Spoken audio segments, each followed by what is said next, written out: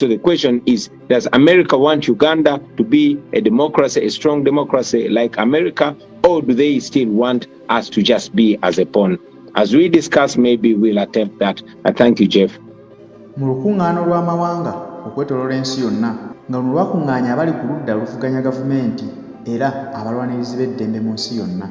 Luno lukulungudde ennaku eziwerera ddala nnya kati wenjogerera bino nga lwatuuzibwa mu ggwanga erya Poland. Robert Kyagulanyi Ssentamu owa National Unity Platform avuddeyo mu nsonga ezo n'ategeeza nti abantu bano abatuula wano baatuula nga bantu balwanirizi ba ddembe mu nsi zaabwe gye bava.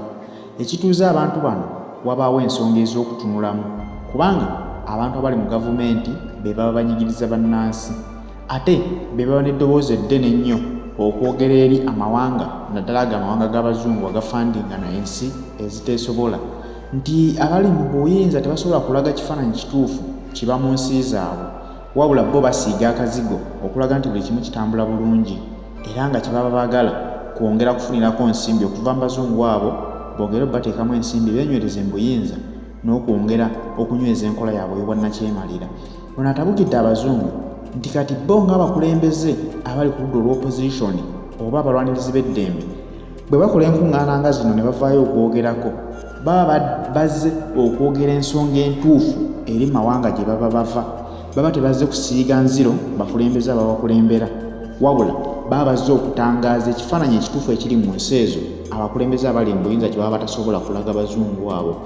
N'agamba nti naye mwennyamivu nnyo okulaba nga abazungu bano bwe tubeera nga tubagamba ensonga zaffe ne mutazitunulamu tujja ne tukuŋŋaana mu bintu nga bino ne twogera ensonga eziruma bannansi mwe tuva naye ate ne musigala nga temututte byaffe mutwala eby'abakulembeze abali mu buyinza bye babagamba kyokka nga bo tubagambye nti baba balimba tebasobola balaga mazima kuba baba beetaaga ensimbi ze mubaweereza.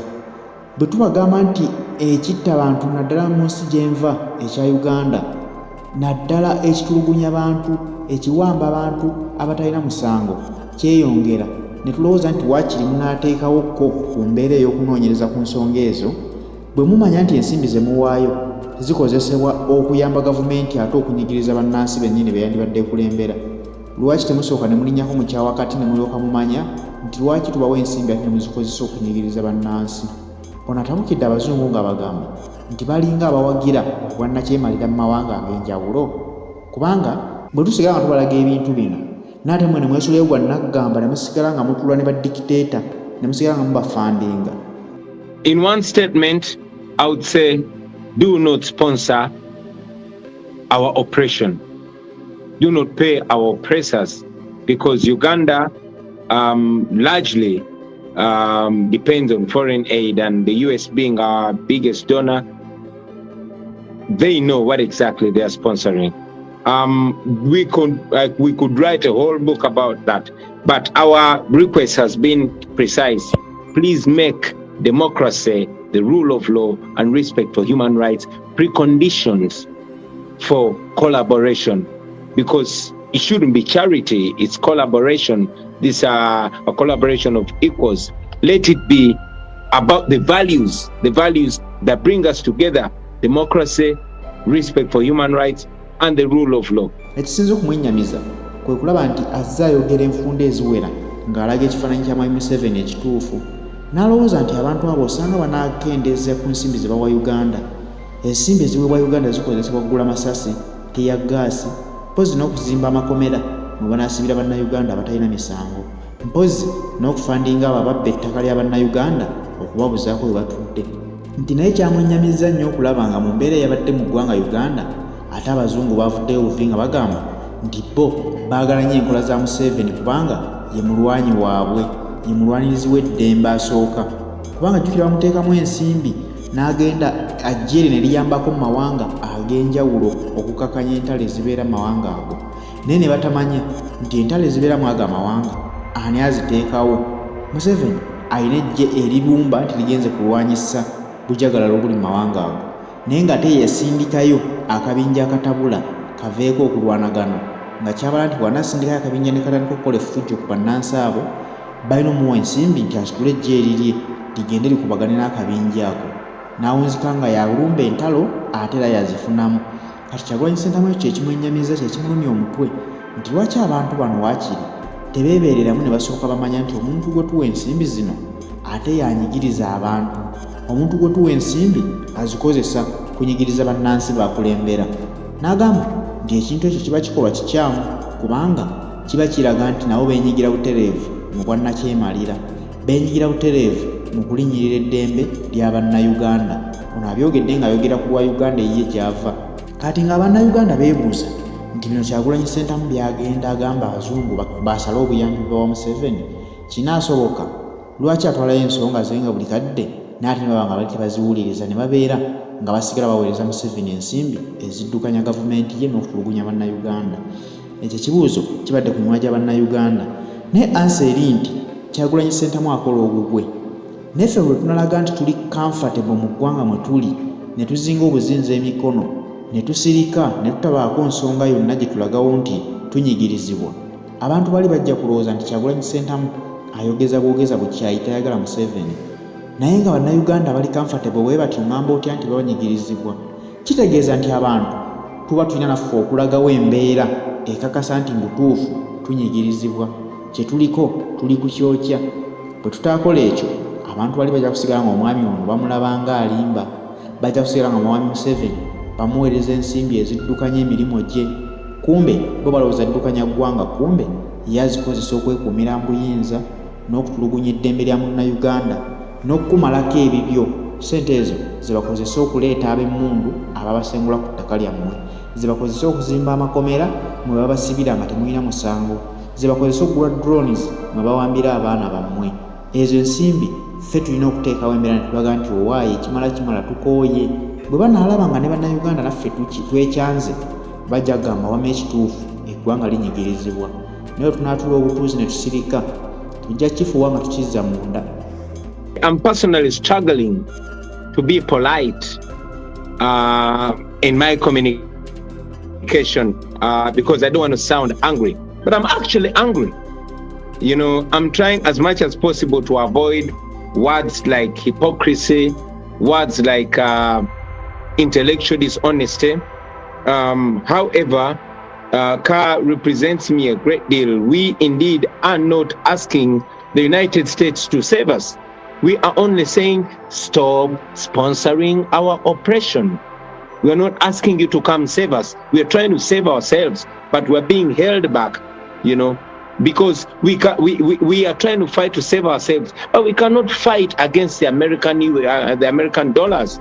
We cannot fight against the American trained soldiers and the American weapons. I will also want to add a word too about the issue of interest. And Khan mentioned it. It's about interest. Unfortunately, these interests in many ways come off not as moral interests. Because the first interest that brings us together as international community is morality, moral interests. However, General Museveni, in our case, and just like many other dictators all over the world, particularly in Africa, have learned how to play the interests of the international community. For example, in the context of Uganda, when General Museveni is drawing closer to the Chinese and closer to the Russians, he plays a blackmail card. He blackmails the United States, and you will find the United States rushing to deal with General Museveni in order not him to go deal with China. In any case, China and in many ways Russia, you know, give aid, mainly military aid to Uganda without any conditions. They don't put conditions of human rights. They don't put conditions of democracy because they're not democratic themselves. So that way, the United States seems to be falling in the trap. I want to believe that the United States knows exactly what they are doing, and it frustrates many democracy lovers to see that democracy and human rights is put on the periphery. This is just business, and I want to say that that is immoral. And also, the United States frustrates democracy lovers and lovers of institutions when they move on to deal with General Museveni as an individual. And I want to believe the same thing with other dictators like in Cameroon and others, dealing with an individual, not a nation, that legitimizes the takeover of institutions here in Uganda. A few days ago, Ugandans were horrified by a statement that was made by the United States representative to the United Nations, Linda Thomas Greenfield, that is the United States representative to the United States. She said a few days ago, and I quote, I want to quote, "We, the United States, still have a strong partnership with General Museveni. He has been and continues to be a strong leader in the region." Now, the United States, I wonder how it's going to explain to the world that it's not propping up strong men instead of strong institutions. So this comes at the backdrop of a rigged election. Last year, the United States Foreign Department issued a statement discrediting the 2021 presidential elections, where United States election observers were blocked from observing that election, an election that happened with a closed internet. I was the main challenger to General Museveni, but I was put under house arrest. My entire campaign team was arrested. Many of them are still languishing in military prison. Many people were massacred on the 18th and 19th of November 2020 during the campaign. Just a few days from now, we're going to be observing the second anniversary of that mass murder. Unfortunately, with all that, the United States tends to continue hobnobbing with the dictatorship. So I want to conclude by saying that the United States looks really with a tainted image, hobnobbing with a known dictator, and yet it is known as the world's greatest democracy. Thank you.